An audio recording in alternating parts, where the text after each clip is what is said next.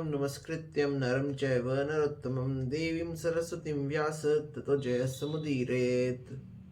तो नमस्कार और स्वागत है आप सभी का वापस से एक बार मेरे इस चैनल पे। और तो हमारी जो अयोध्या सीरीज चल रही है, जो श्री राम सीरीज चल रही है, तो उसमें आज मेरे पास है ये स्कंद पुराण है। और इस स्कंद पुराण में मुझे अयोध्या महात्म्य करके एक चैप्टर मिला, जिसके अंदर अयोध्या का पूरा वर्णन दिया गया है कि अयोध्या कैसी थी, वहाँ पर क्या है, कैसा था। तो उसी में से कुछ अंश आज मैं आपके लिए इस वीडियो में लाया हूँ कि अयोध्या का स्कंद पुराण के अंदर क्या वर्णन मिलता है और कैसी अयोध्या को उसमें दर्शाया गया है। तो वीडियो हम शुरू करते हैं। इससे पहले आप इस चैनल पर आए तो चैनल को लाइक, शेयर और सब्सक्राइब करके सपोर्ट करें और अपना प्यार दिखाते रहिए। एंड ऐसी और वीडियोस के लिए आप बस बने रहिए हमारे इस चैनल पे।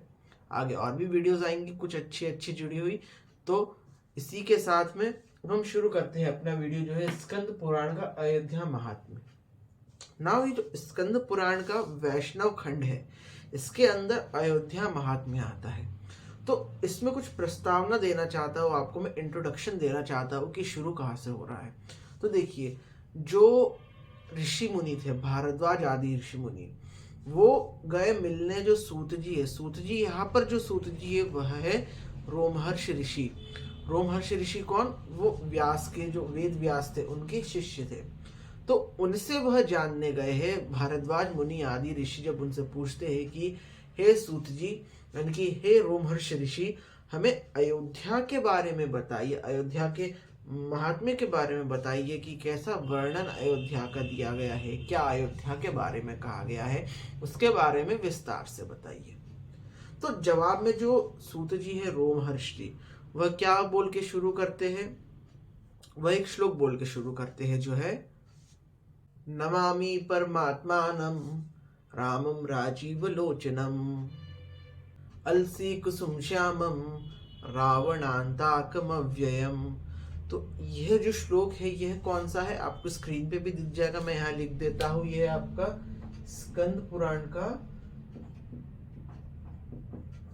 वैष्णव खंड के अयोध्या महात्म्य का पहले खंड का 29वां श्लोक।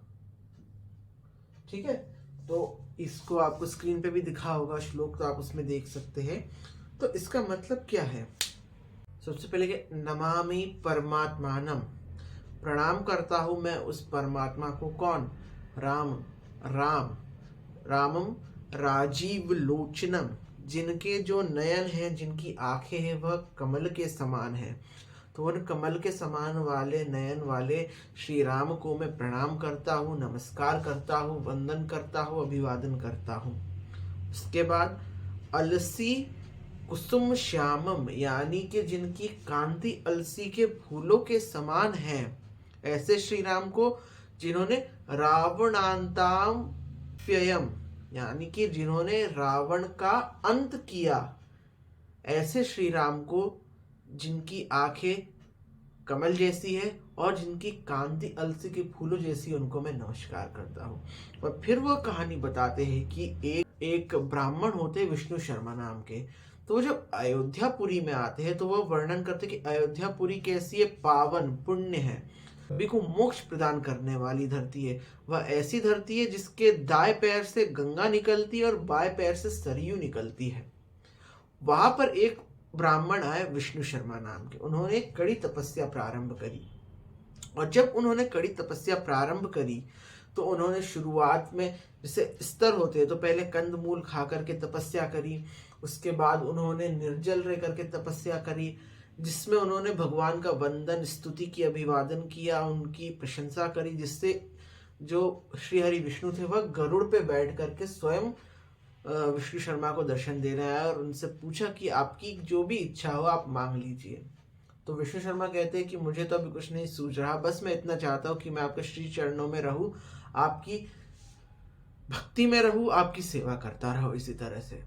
तो वो कहते हैं श्री हरि विष्णु की तथास्तु, ऐसा ही होगा, आप अपनी भक्ति में लगे रहिए, आपको निश्चय ही मोक्ष प्राप्त होगा। और तभी वहां पे एक मूर्ति निकलती है, जिसके लिए एक श्लोक मिलता है अभी जो हम देखने जा रहे हैं। तो इस श्लोक में श्री हरि विष्णु क्या कह रहे हैं विष्णु शर्मा से? त्वन्नाम पूर्विका विप्रमन मूर्तिरिह तिष्ठतु। आपके आने से पहले है विप्र मेरी मूर्ति जो यहाँ पर है स्थित है। विष्णु हरि इति विख्याता, जो विष्णु की यह मूर्ति है हरि नाम से विख्यात होगी। और भक्ता नाम मुक्तिदायिनी, भक्तों को मुक्ति देने वाली होगी। तो यानी कि अयोध्या में यहाँ स्थित जो मेरी मूर्ति है वह हरि नाम से विख्यात होगी और जो भक्त है उनको मोक्ष देने वाली होगी, मुक्ति देने वाली होगी। ये है स्कंद पुराण के वैष्णव खंड के अयोध्या महात्म्य का पहले अध्याय का जो 100वां श्लोक है वो हमको मिलता है।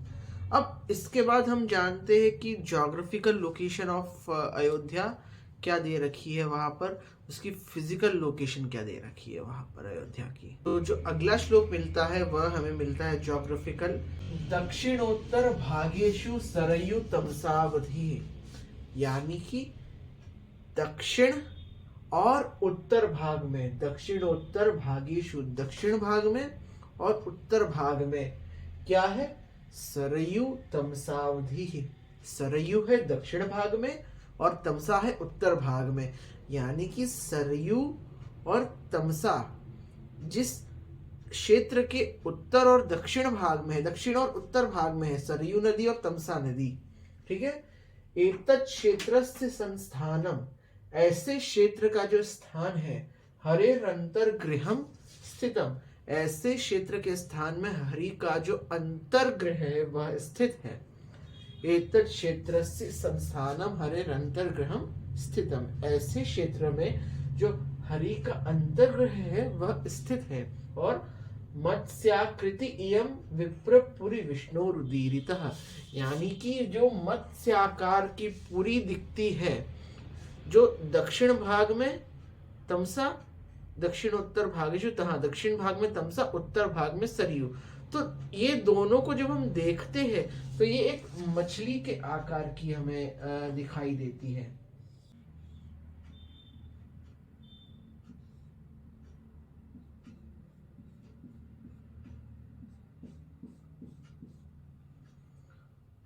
दक्षिण उत्तर, तो दक्षिण उत्तर भागेषु सरयू तमसावधि, दक्षिण भाग में आ गई आपकी सरयू और उत्तर भाग में आ गई आपकी तमसा। तो जिसके दक्षिण भाग में सरयू, जिसके उत्तर भाग में तमसा है, वह मछली के आकार की जो पुरी है वह क्या है, वह है हमारी अयोध्या की पुरी। तो एक बार फिर तो दक्षिण भाग में तमसा, दक्षिण भाग में सरयू, उत्तर भाग में तमसा, दक्षिणोत्तर भागेषु सरयू तमसावधि, जो नदियां है दक्षिणोत्तर भाग में, उस क्षेत्र का स्थान जहाँ हरि का अंतर्गृह स्थित है।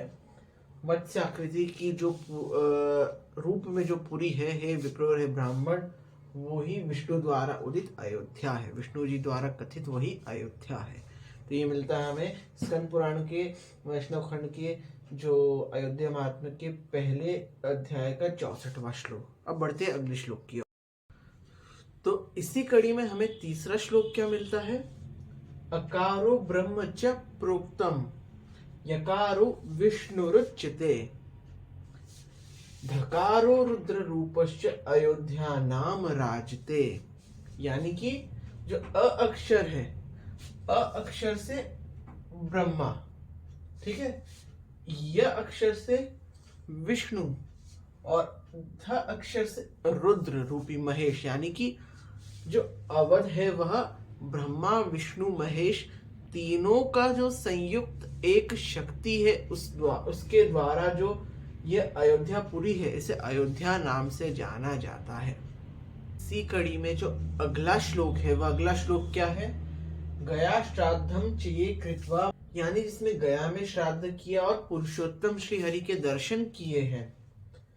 तत्फलम प्रोक्तम कलौ दाशरथिम पुरीम, कलयुग में उसे दशरथ की पुरी यानी कि जो अयोध्या है, दाशरथिम पुरीम, दाशरथी यानी कि यहाँ दाशरथी जो है वह राम को कहा गया, दाशरथी राम। जैसे दशरथ के पुत्र होते, पुत्र है दाशरथ राम, उसी तरह वसुदेव के पुत्र हुए वासुदेव यानी कि कृष्ण।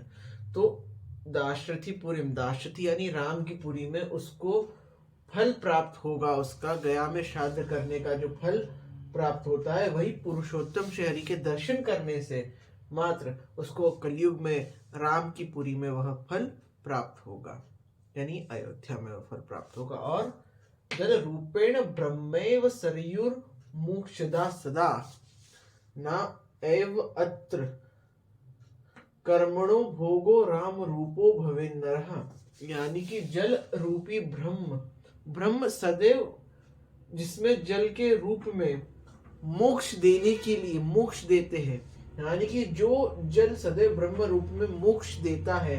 न एवत्र कर्मणो भोगो राम रूपो भवे नरः, राम के रूप में ऐसी नगरी का भोग और कहीं भी नहीं मिल सकता है।